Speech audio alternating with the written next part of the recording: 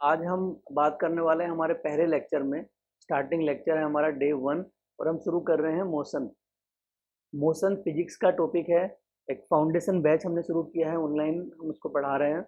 और जैसा हमें लिखा हुआ है यहाँ पे एनसीईआरटी, मतलब इसका ये है कि जो हम यहाँ पे पढ़ें वो हमको हमारी एनसीईआरटी की बुक्स में मिले, ताकि हमको रेफ़र करने में आसानी हो, ताकि हमको समझने में आसानी हो। तो हम ये शुरू कर रहे हैं। पहला टॉपिक हमारा मोशन। तो स्टार्ट करते हैं। पहले समझ लें। देखो, मोशन की बात आती है तो सबसे पहले हमारे दिमाग में ये आती है कि मोशन है क्या, है ना। एक मोशन, मान लीजिए गति क्या चीज़ है। तो डे टू डे लाइफ में अगर हम बात कर रहे हैं तो आप भी देखते होंगे कि मोशन का मतलब एक रेफरल चीज़ है। कि हो सकता है जब आप किसी जगह पे खड़े हो तो कोई दूसरी चीज़ आपके सामने, आपके सापेक्ष में या फिर आपके रेफरेंस में हम बोले तो वो मोशन में हो सकती है। जैसे कि आप अगर किसी सड़क पे खड़े हो और सड़क पे बस जा रही है, सड़क पे बाइसिकल जा रही है, सड़क पे ट्रक जा रहे हैं, तो वो आपके रेफरेंस में मोशन में है। ठीक है। और वो सारी चीज़ें जो आपके रेफरेंस में अपने टाइम के साथ में अपनी पोजीशन चेंज कर रही है, वो क्या है, वो सब मोशन में है। तो देख लीजिए, स्टार्टिंग में हम बात कर लेते हैं, शुरू करते हैं। Describe motion. मोशन को अगर हम डेस्क्राइब करें तो डेस्क्राइब करने में सबसे पहली चीज़ ये आएगी कि मोशन चीज़ क्या है। तो मोशन की बात आती है तो पोजीशन की बात आती है। पोजीशन हम सबको मालूम है कि मान लीजिए हमने, आप खुद अपने लिए मान लीजिए कि आप किसी ए पोजीशन पे हैं। स्टार्टिंग में आप किसी ए पोजीशन में हैं। जब हम टाइम टी की बात कर रहे हैं, जब टी समय की बात हो रही है, तो आप एक ए पोजीशन पे हैं। और जब ये समय थोड़ा आगे बढ़ता है, समय के बारे में हमें मालूम है कि समय पीछे नहीं जाएगा, समय नेगेटिव में नहीं होगा कभी भी। समय हमेशा आगे बढ़ेगा। अब आगे डायरेक्शन नहीं है कुछ समय की, लेकिन समय आगे बढ़ रहा है। आप इस समय के साथ में, यानी T1 आपका समय था, और T2 समय में कुछ देर बाद आपकी पोजीशन अगर बी होती है, जो कि ए नहीं है, कुछ अलग है ए से। जब आपकी पोजीशन बी हो रही है तो ये जो समय में आपकी पोजीशन बदली है, ये जो समय में आपकी पोजीशन बदली है, ये दर्शाते कि आप मोशन में हो, आप गति में हो। और ये गति में होने में एक चीज़ और आती है साथ में, वो ये चीज़ है, यदि हम इस ए को रेफरल पॉइंट मान लें, इस ए को हम क्या मान लें, इस ए को रेफरल पॉइंट मान लें। यानी कि रेफरल पॉइंट का मतलब है कि इस ए को हम मान लें कि ये ओरिजिन है। ये क्या है, ए ओरिजिन है। यहीं से हमने शुरू किया है, तो ओरिजिन मानते हुए हम इसको रेफरेंस मान सकते हैं। और हम बी पे अगर पहुँचे हैं किसी दूसरे समय पे, तो ये ए जो है, ये जो पर्सन है, जो आप खुद हैं, वो किस में है, मोशन में है। ठीक है। देखो, थोड़ा सा आगे बढ़ते हैं। Motion along a straight line. अब मोशन की बात हो रही है तो एक स्ट्रेट लाइन में बात हो रही है, क्योंकि जब मोशन की बात होगी तो कोई ज़रूरी तो नहीं है कि आप एक स्ट्रेट लाइन में जा रहे हो। आप एक टेढ़ी मेढ़ी लाइन पे भी जा सकते हैं, कर्व्ड पाथ पे भी आप जा सकते हैं। अगर मोशन की बात हो सकता है आप पॉइंट ए से जब बी पे जा रहे हैं, तो ये जो ऊपर बात हुई है अभी स्ट्रेट लाइन की, आप स्ट्रेट लाइन पे भी जा सकते हैं। और हो सकता है आप ए से बी जाने के लिए आपने जो पाथ लिया वो स्ट्रेट नहीं है, ये भी पॉसिबल है। और ये भी हो सकता है। तो यहाँ पे जो बात कर रहे हैं हम, यहाँ पे बात कर रहे हैं motion along a straight line. तो ये मोशन है अलोंग ए स्ट्रेट लाइन। आप घर से निकलते हैं, है ना। घर से निकलने के बाद में आप अपने स्कूल, अपनी कोचिंग, अपने इंस्टीट्यूट जब जाते हैं, आप अपने घर से, अपने होम से निकले, ठीक है। और यहाँ से निकलने के बाद में आप अपने स्कूल, इंस्टीट्यूट जब पहुँच रहे हो, आपको इंस्ट्रक्शन तो ये मिलते हैं। इंस्ट्रक्शन तो आपको क्या मिलते हैं, ये इंस्ट्रक्शन मिलते हैं कि आप बिल्कुल सीधे सीधे घर जाना, और सीधे सीधे अपने इंस्टीट्यूट जाना, और इंस्टीट्यूट से सीधे सीधे वापस अपने घर आना। ये आपको इंस्ट्रक्शन मिलते हैं। लेकिन क्या ये ऐसा पॉसिबल है क्या, आप सीधे सीधे अपने घर जा सकते हो क्या? कहने की बात तो ये है, लेकिन आप जाते कैसे हो? आप इस तरह से जो रास्ता है वहाँ जाने का, उसी से जाते हो, और हो सकता है उसी से वापस लौटते हो। तो कहने की बात तो है कि सीधे सीधे जाना। तो ये जो बात हो रही है यहाँ पे, ये हुई स्ट्रेट लाइन की। इस मोशन में हम बात करेंगे एक सीधे रास्ते से अगर हम गए हैं तो। अब बात आती है यूनिफॉर्म और नॉन यूनिफॉर्म मोशन। अगर मोशन की बात हो रही है तो यूनिफॉर्म मोशन भी हो सकता है और नॉन यूनिफॉर्म मोशन भी हो सकता है। मान लीजिए, जब आप अपने घर से निकले और जब आप अपने इंस्टीट्यूट पे गए, तो आपके घर से निकलने के बाद में आपके इंस्टीट्यूट तक जाने का जो आपने तरीका अपनाया, जो आपका मोशन था, वो यूनिफॉर्म था। यूनिफॉर्म का मतलब था, ये हो सकता है ये पॉसिबल है या नहीं, वो बात की बात है। एक एग्जाम्पल अपन ले रहे हैं। और यूनिफॉर्म मोशन में जब आप यहाँ से निकले तो जो आपका यहाँ पे मोशन था, यानी रेट ऑफ चेंज था आपका पोजीशन में, ये जो पोजीशन आपकी चेंज हो रही थी उसका जो रेट था, rate of change of position जो था वो विद रेस्पेक्ट टू टाइम क्या था, इक्वल था। विद रेस्पेक्ट टू टाइम वो क्या था, सेम था। एक सेम टाइम इंटरवल में वो जो चेंज था वो क्या था, सेम था। तो मतलब क्या होगा इसका कि आप एक साथ गए। अभी वो आपने कहानी सुनी होगी, वो खरगोश और कछुए की। कछुआ धीरे धीरे धीरे धीरे जाता है और खरगोश क्या है, एक बार तेज भागता है, रुकता है, तो फिर दोबारा देखता है कि हाँ वो आगे निकल गया, दोबारा निकलता है ऐसे ही। तो वो खरगोश और कछुए वाली बात है। अगर आप अपने घर से निकले लेकिन एक साथ कछुए की जैसे धीरे धीरे धीरे धीरे धीरे धीरे धीरे धीरे पहुँच रहे हैं, तो हो सकता है आप समय पे अपने डेस्टिनेशन पे, अपने इंस्टीट्यूट में, अपने स्कूल में पहुँच जाएं। लेकिन अगर आप इस तरह से पहुँच रहे हैं कि आप एकदम से भागे और यहाँ पे आपने 10 मिनट का ब्रेक ले लिया, ठीक है, फिर आपने देखा कि यार लेट हो रहे हैं, दोबारा भागो, तो ये जो सेकंड वाली जो चीज़ है ना वो एक समान नहीं है। इसमें आप वेरी कर रहे हैं, इसमें आप चेंज कर रहे हैं, कभी आप तेज हो गए, कभी आप धीमे हो गए, कभी आप रुक गए। तो ये चीज़ें ये एक समान नहीं है। ये पहली वाली क्या है, पहली वाली एक समान है, एक समान वेग है। तो इसी के बारे में बात हो रही है, यूनिफॉर्म और non uniform measuring rate of motion. तो मोशन जो है उसकी रेट को कैसे मेजर करेंगे, तो देखो जहाँ बात आती है रेट की, जहाँ भी हम रेट की बात कर रहे हैं इसका मतलब हम विद रेस्पेक्ट टू टाइम की बात कर रहे हैं कि टाइम के रेस्पेक्ट में वो कैसे चेंज हो रही है। तो अगर मोशन की बात करें विद रेस्पेक्ट टू टाइम, तो एक चीज़ अपने पास में निकल के आती है, वो क्या आती है, motion with respect to time. तो आपका जो मोशन हुआ, आपने जो मोशन एक्स पे आप थे, मान लीजिए x1 पोजीशन पे थे जो अपन ने ए माना था, और आप उससे कहाँ चले गए, बी पोजीशन पे चले गए जो कि x2 है। तो आपका जो ये मोशन हुआ, ये जो मोशन हुआ, तो rate of change of motion क्या है आपका, एक नई फिजिकल क्वांटिटी अपने पास में निकल के आती है, जिसका नाम है स्पीड। क्या निकल के आती है अपने पास में, एक नई फिजिकल क्वांटिटी आती है, इसका नाम है स्पीड, जो क्या है, चेंज इन पोजीशन। तो क्या है, change in position with respect to time. ठीक है, अपने पास में मेजरिंग रेट ऑफ मोशन, जो हम मोशन हमारा हो रहा है उसकी रेट को मेजर कर रहे हैं। तो जैसे सड़क पे जो जा रहा है, ठीक है, क्या उसकी रफ्तार है, उसके मोशन की रेट क्या है, तो रेट क्या है उसकी, स्पीड है।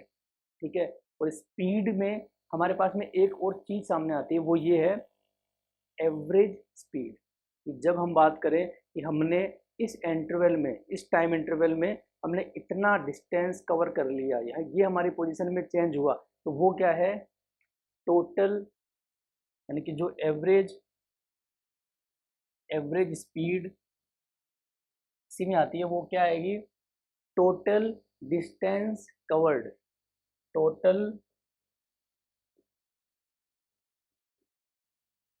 Distance covered divided by total time taken, total distance covered by total time taken, ये एवरेज स्पीड आएगी अपने। ठीक है, तो रेट ऑफ मोशन को किसमें अपन ने मेजर किया, हमने स्पीड में, और एवरेज स्पीड में हमने मेजर किया। देखो अभी एक एग्जांपल हमारे सामने आया है, an object travel 16 metre in 4 seconds and another 16 metre in 2 seconds, what is the average speed of the object. तो ऑब्जेक्ट की एवरेज स्पीड हमें बतानी है। तो इस एग्जांपल में हुआ क्या है कि मान लीजिए पहले जो ऑब्जेक्ट है, ये एक ऑब्जेक्ट मान लेते हैं, ये ऑब्जेक्ट ए पोजीशन पे है, और ये ऑब्जेक्ट यहाँ से 16 मीटर बाद में एक बी पोजीशन पे गया, और ये बीच का जो कितना है, 16 मीटर, और इसमें टाइम कितना लगा, इसमें टाइम लगा 4 सेकेंड। नेक्स्ट 16 मीटर, अगले 16 मीटर में जाने में इसमें कितना समय लगा, इसको 2 सेकेंड। नहीं, अगला जो 16 मीटर है, बी से ये जब सी पे पहुंचा होगा, तो ये जो अगला 16 मीटर है उसमें कितना लगा, 2 सेकेंड। एवरेज की अभी अभी हमने बात की कि what is the average speed, speed क्या है, जो मोशन को मेजर करने की जो फिजिकल क्वांटिटी है वो क्या है, स्पीड है।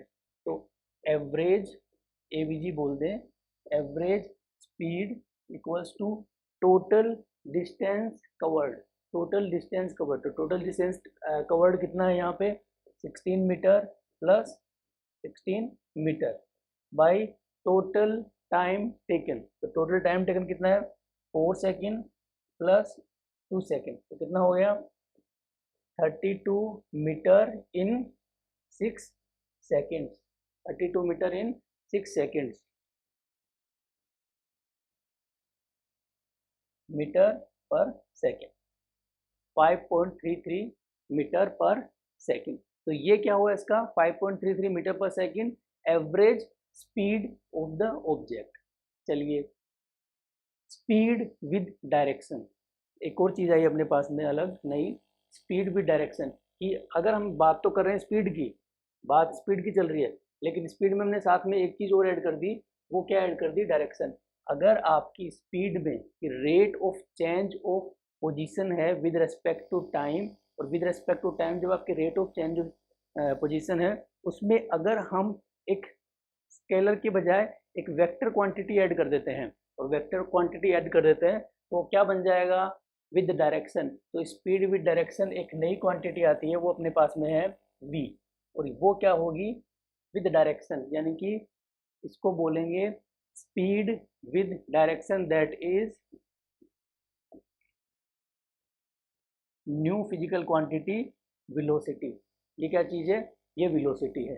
अब वेलोसिटी में बात क्या आएगी, वेलोसिटी में नई चीज़ आएगी, वो है डायरेक्शन। तो जब भी हम डायरेक्शन की बात करेंगे, जब भी हम दिशा की बात करेंगे, तो हमारे पास में ये फिजिकल क्वांटिटी आई है वेलोसिटी। तो वेलोसिटी की बात करेंगे। अब वेलोसिटी में हालांकि इसको थोड़ा डिटेल में समझे तो ये भी वही चीज़ है, change in position but with direction, direction के साथ में। तो इसको बोले ये जो चेंज है, ये चेंज क्या है डिस्प्लेसमेंट, क्योंकि डिस्प्लेसमेंट जो पोजीशन है वो एक वेक्टर क्वांटिटी है, ठीक है। तो स्पीड विद डायरेक्शन क्या होगा वेलोसिटी होगी। तो इसमें एक एग्जांपल हमारे पास में, हालांकि एग्जांपल में हमको निकालना क्या है एवरेज स्पीड ही निकालनी है। The odometer of car reads 2000 kilometre at the start of the trip and 2400 kilometer at the end of the trip. If trip took 8 hours, calculate the average speed of the car in kilometre per hour and metre per second, इन दोनों में निकालना अपने को। तो पहले निकाल लेते हैं। ओडोमीटर की बात करें तो ओडोमीटर आपका एक रीडिंग बता रहा है। ओडोमीटर क्या बता रहा है, एक रीडिंग बता रहा है अपने को कि पहले हमारी कार कितने किलोमीटर चली हुई है। तो पहले हमारी कार में ओडोमीटर की रीडिंग कितनी आ रही है 2000, कितनी आ रही है 2000, इतनी आ रही है। तो जब ये स्टार्टिंग फेज में होगी, तो मान लीजिए स्टार्ट पे है, ये एस पे है, 2000 किलोमीटर यहाँ पे रीडिंग आ रही है। और जब ये जर्नी एंड हो गई, जब ये ट्रिप एंड हुई, तो वहाँ पे ओडोमीटर में कितना आया 2400, कितना आया 2400। तो कुल मिला के जो आपने ट्रिप एंड करी और जब आपकी ट्रिप स्टार्ट हुई थी, उन दोनों के बीच में आपने 400 किलोमीटर की कंप्लीट जर्नी आपने कर ली। और ये जर्नी कितने टाइम में की, इट टुक 8 आवर्स, यानी कितना टाइम लगा इसको करने में, इसको करने में आपको लगे 8 घंटे। तो 8 घंटे इसको करने में लगे, तो ये 8 आवर्स। तो अगर किलोमीटर पर आवर में अपने को निकालना है, तो किलोमीटर पर आवर यूनिट अपने पास में है, उसी में अगर अपने को निकालना है तो 50 किलोमीटर पर आवर, ये अपने पास में आ गया। तो एवरेज स्पीड क्या हुई, total time, total distance covered divided by total time taken. अब इसको मीटर पर सेकंड में निकालना है तो बड़े आसानी से निकाल सकते हैं। किलोमीटर को रिप्लेस करेंगे 1000 मीटर से, और को अपन रिप्लेस कर सकते हैं 1 घंटे में 60 मिनट, 1 मिनट में 60 सेकंड, तो सेकंड में आ जाएगा। तो सेकंड और मीटर में अपन निकाल सकते हैं इसको, आप निकालिए इसको, ठीक है। चलिए आगे चलते हैं। Usha swims in a 90 meter long pool. She covers 180 meter in 1 minute by swimming from one end to the other and back along the same straight path. Find the average speed and average velocity. अभी speed की भी बात आ रही है, और नई जो बात अपन ने की थी with direction, speed with direction, velocity, वो भी बात यहाँ पे आ रही है। तो दोनों बातें यहाँ पे है। तो सबसे पहले बात करें कि उषा जो है उसने स्विमिंग पूल में उषा ने स्विमिंग पूल में छलांग मारी। तो जब उषा ने स्विमिंग पूल में छलांग मारी तो ये स्विमिंग पूल की जो लेंथ है वो कितनी है, 90 मीटर। बोल क्या रहे हैं, ये बोल रहे हैं कि ये पहले 90 मीटर बिल्कुल स्ट्रेट गए हैं और फिर 90 मीटर वापस भी आए हैं। यानी 90 मीटर पहले गए हैं और 90 मीटर फिर वापस भी आए हैं। इन्होंने दोनों काम किए हैं और ये टोटल जो इन्होंने कवर किया है वो कितने में किया है, 1 minute, with in a minute, 1 minute में किया है। तो निकालना क्या अपने को, एवरेज स्पीड। तो सीधे सीधे देखो एवरेज स्पीड की जहाँ बात आएगी, एवरेज स्पीड की बात आ रही है, टोटल डिस्टेंस कवर्ड। तो टोटल डिस्टेंस कवर्ड कितना है, 90 प्लस 90, क्योंकि ये डायरेक्शन नहीं होगा, विदाउट डायरेक्शन है, तो डायरेक्टली हम ऐड करेंगे इसको, 90 plus 90 divided by total time taken. Total time 1 minute, 1 minute means 60 second, यानी कि 180 डिवाइडेड बाई 60, यानी कि 3 metre per second, 3 metre per second. ये तो क्या आ गया इसका एवरेज स्पीड। बात कर लो एवरेज वेलोसिटी की। अब देखो एवरेज वेलोसिटी की बात हो रही होगी, तो एवरेज वेलोसिटी की बात जब हो रही है ना, तो बात हो रही है डायरेक्शन की। डायरेक्शन की जब बात हो रही है तो मैं आपको बता दूं, जब स्ट्रेट लाइन में हम बात कर रहे होते हैं, जब हम किस में बात कर रहे होते हैं, स्ट्रेट पाथ, स्ट्रेट लाइन में जब हम बात कर रहे हो, डायरेक्शन को इंडिकेट करने के लिए दो सिंबल काम में आते हैं, प्लस और माइनस। क्या सिंबल काम में आ रहे हैं, अगर आप जो ओरिजिन की बात की थी ना मैंने रेफरेंस पॉइंट की, तो रेफरेंस पॉइंट में आपने अगर मान लिया कि ये डायरेक्शन प्लस है, तो रिवर्स डायरेक्शन जब वापस बैक आएंगे तो वो डायरेक्शन क्या रही होगी, या वो डायरेक्शन क्या होगी, वो डायरेक्शन होगी माइनस, है ना।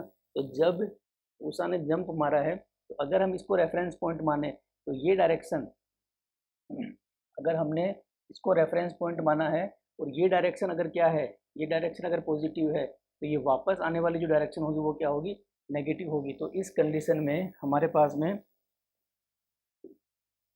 एवरेज एवरेज वेलोसिटी, यानी एवरेज है लेकिन क्या है वेलोसिटी, तो वेलोसिटी क्या होगी, विद डायरेक्शन आएगी। तो 90 पहले प्लस में है, फिर 90 क्या है माइनस में है, divided by same time which is 90 minus 90 equals to 0, यानी कि जो समय लगा, जो हमारे को वेलोसिटी आई वो क्या आई, 0 है, क्योंकि डायरेक्शन हमारे पास में दोनों क्या है, रिवर्स हैं। तो एवरेज वेलोसिटी यहाँ पे 0 होगी, क्योंकि डिस्प्लेसमेंट क्या है, 0 है। आ गया ये rate of change of velocity. अब एक नई चीज़ आती है, वो आती है rate of change of velocity. इससे एक नई फिजिकल क्वांटिटी अपने पास में निकल के आएगी, जिसको भी हमको देखना है। जिस तरह से हमारे पास में rate of change of position है, उसी तरीके से हमारे पास में rate of change of velocity है। तो rate of change of velocity, rate of change of velocity, जब रेट की बात कर रहे हैं यानी कि टाइम के रेस्पेक्ट में हम बात कर रहे हैं, rate of change of velocity, ये एक नई फिजिकल क्वांटिटी हमारे पास में आती है, वो है ए, जिसको हम बोलते हैं एसेलरेशन। क्या बोलते हैं, एसेलरेशन, जिसको हम बोलते हैं एसेलरेशन। यानी आपका v2 माइनस वी1, यानी कि t2 माइनस t1, यानी कि v final minus v initial, यानी कि आपका t final minus t initial. ये जो है rate of change of velocity with respect to time, वो क्या चीज़ है आपका, वो है आपका एसेलरेशन। अब ये एसेलरेशन एक बहुत ही इम्पोर्टेंट फिजिकल क्वांटिटी है। जैसे यूनिफॉर्म मोशन है, नॉन यूनिफॉर्म मोशन है, वैसे ही यूनिफॉर्म एसेलरेशन भी होगा, वैसे ही नॉन यूनिफॉर्म एसेलरेशन भी होगा। इसके बारे में भी हम बात करेंगे। आगे देखते हैं क्या हमारे पास, ये एक एग्जांपल है। Starting from A stationary position, Rahul pedals his bicycle to attain a velocity of 6 meter per second in 30 seconds. Then he applies brake such that the velocity of bicycle comes down to 4 meter per second in next 5 seconds. Calculate the acceleration of the bicycle in both the cases. दोनों cases में कौन से दो case हैं, पहला case देख लेते हैं, केस 1। पहला केस है जब बाइसिकल स्टेशनरी पोजीशन, यानी कि स्टार्टिंग से, ये जो बाइसिकल बना देते हैं, ये जो बाइसिकल है ये यहाँ स्टार्टिंग से, स्टार्टिंग का मतलब है कि जो वेलोसिटी होगी इनिशियल, पहली जो वेलोसिटी होगी वो क्या होगी, जीरो होगी, ये स्टार्टिंग का मतलब है। ठीक है, अब यहाँ से उसने अटेन की वेलोसिटी, कितनी वेलोसिटी अटेन करी उसने, उसने वेलोसिटी अटेन करी इस बाइसिकल ने, वी फाइनल कितना हुआ, 6 मीटर पर सेकंड, 6 मीटर पर सेकंड, ये उसने वेलोसिटी अटेन करी। और ये जो इस दौरान जो इसको समय लगा, जो टाइम लगा वो कितना लगा, 6 सेकेंड, ओ सॉरी कितना टाइम लगा, 30 सेकेंड। ठीक है, ये 30 सेकेंड का इसको टाइम लगा। तो अभी जो हमने देखा था केस 1 में निकाल रहे हैं हम, अभी हमने एक चीज देखी थी, acceleration A equals to delta we by delta T, which is delta V final minus we initial by delta T. V final क्या है, फाइनल अपने पास में है 6 माइनस इनिशियल 0 डेल्टा टी, कितने टाइम में, 30 सेकेंड में, 6/30 equals to 0.2 metre per second square. Metre per second square क्यों, velocity metre per second, velocity metre per second, acceleration velocity by time, यानी metre per second into second, metre per second square. ये अपना case 1 है। तो case 1 में हमारे पास में जो इसका एक्सेलरेशन आया 0.2 आया। अब केस 2 की बात करें, केस 2 में क्या हो रहा है, ये 0.2 अपन यहाँ लिख लेते हैं। केस 1 में हमारे पास में जो एक्सेलरेशन है 1 का 0.2 मीटर पर सेकेंड स्क्वायर, इसको मैं हटा देता हूँ यहाँ से। अब केस 2 की बात कर लेते हैं। केस 2 हमारे पास में है, उसमें क्या हो रहा है कि then he applies the brake such that the velocity of bicycle comes down to 4 metre per second. यानी यहाँ से केस 2 शुरू हो रहा है और ये बाइसिकल यहाँ से यहाँ जब आ रही है तो इसका वी फाइनल जो है, यानी ये पहले फाइनल था और ये जो वी फाइनल है इसका सेकेंड वाला वी फाइनल, अब ये वी इनिशियल बन जाएगा इसके लिए, वी आई फाइनल क्या होगा, कितने पे आ गया, 4 metre per second, 4 metre per second पे आ गया। तो ये जो काम हुआ ये कितने टाइम में हुआ, इन नेक्स्ट 5 सेकेंड। तो ये जो इंटरवल है, ये जो सेकेंड वाला इंटरवल है डेल्टा टी, ये कितना है, नेक्स्ट 5 सेकेंड्स, ये अगले 5 सेकेंड में ये काम हुआ है। तो सेम अपने पास में चीज़ है, acceleration for second case delta we by delta t, तो v final minus we initial by delta t. तो इस केस में वी फाइनल क्या है, वी फाइनल अपने पास में 4, वी इनिशियल क्या है, जो फर्स्ट केस का फाइनल था वो अब की बार क्या है, इनिशियल है, यानी कि 6 metre per second divided by 5, -2 divided by 5 minus 0.4 metre per second square. ये सेकेंड केस है, फर्स्ट केस का ये और सेकेंड केस का ये, इसमें माइनस, जो माइनस है मैंने आपको बताया स्ट्रेट लाइन की जब बात कर रहे हैं प्लस और माइनस जस्ट रिवर्स डायरेक्शन और अपोज को, या फिर एक्सेलरेशन की बात करें तो डिसेलरेशन को रिप्रेजेंट करेंगे, यानी डिसेलरेट वो हुए हैं सेकेंड केस में वो बाइसिकल। ठीक है, चलिए जी, ओके। तो नेक्स्ट अपने पास में है graphical representation of motion. Next जो अपने पास में है ग्राफिकल रिप्रेजेंटेशन ऑफ मोशन। अब हालांकि जब ग्राफिकल रिप्रेजेंटेशन ऑफ मोशन की बात कर रहे हैं तो एक डिटेल्ड रिप्रेजेंटेशन है ग्राफ का, जो आपको अपने को समझना ज़रूरी है, क्योंकि ग्राफ की जब बात कर रहे हैं ना तो पोजीशन पे भी टाइम का ग्राफ बनता है, वेलोसिटी पे भी टाइम का ग्राफ बनेगा, एक्सेलरेशन पे भी टाइम का ग्राफ बनेगा, एक्सेलरेशन वेलोसिटी के ग्राफ भी बन सकते हैं। उसमें हम जो ग्राफ बना रहे हैं उस ग्राफ के अंडर में जो एरिया कवर हो रहा है उससे क्या निकल के आता है, ये भी हमको निकालना जरूरी है। तो स्टार्टिंग हम इसको शुरू कर देते हैं, फिर वो कंप्लीट करेंगे हम जब नेक्स्ट इसके बारे में डिटेल में बात करेंगे। मान लीजिए आपने टाइम के रेस्पेक्ट में एक पोजीशन का ग्राफ बनाया, टाइम के रेस्पेक्ट में जब पोजीशन का ग्राफ बनाया, कि स्टार्टिंग लेक्चर ले रहे हैं अपन, इसमें स्टार्टिंग छोटी सी समझ रहे हैं कि representation of motion and with graphical representation. तो टाइम के रेस्पेक्ट में आपने पोजीशन ले रहे हैं, जैसे जैसे आपका टाइम बढ़ रहा है वैसे वैसे आपकी पोजीशन क्या हो रही है, चेंज हो रही है। पहले पोजीशन ये थी, फिर पोजीशन ये हुई, फिर पोजीशन ये हुई, फिर पोजीशन ये हुई। अगर ये position with respect to time change हो रही है तो इसका मतलब है कि आपका पोजीशन टाइम के रेस्पेक्ट में चेंज हुआ है, और अगर वो इस तरह से चेंज हुआ है इसका मतलब है कि आपका पोजीशन सेम इंटरवल में सेम चेंज हुआ है, तो यूनिफॉर्म मोशन है। इसका मोशन कौन सा है? यूनिफॉर्म मोशन है। लेकिन अगर ये इसके बजाय इस तरह से चेंज हो रहा है, टाइम जो है विद रेस्पेक्ट, जो आपका पोजीशन है with respect to time change तो हो रहा है, पोजीशन चेंज तो हुआ है, लेकिन चेंज होने का जो तरीका है वो स्ट्रेट लाइन नहीं है, वो कुछ अलग है। तो अलग होने में क्या होगा? अलग होने का मतलब है कि वो जो चेंज है वो सेम टाइम इंटरवल में अलग हुआ है, जा कभी कम हुआ है कभी ज़्यादा हुआ है। तो अगर इस तरह से ग्राफ बन रहा है तो ये क्या है? ये नॉन यूनिफॉर्म मोशन है। ये दो चीज़ें हमने देख ली हैं आज। इसको एक कंप्लीट जो डिटेल डिस्कशन है ग्राफ्स का वो हम करेंगे नेक्स्ट लेक्चर में, और उसी के साथ नेक्स्ट लेक्चर में हम ये भी देखेंगे तो मोशन की जो इक्वेशंस हैं वो कैसे काम करती है। ठीक है, थैंक यू।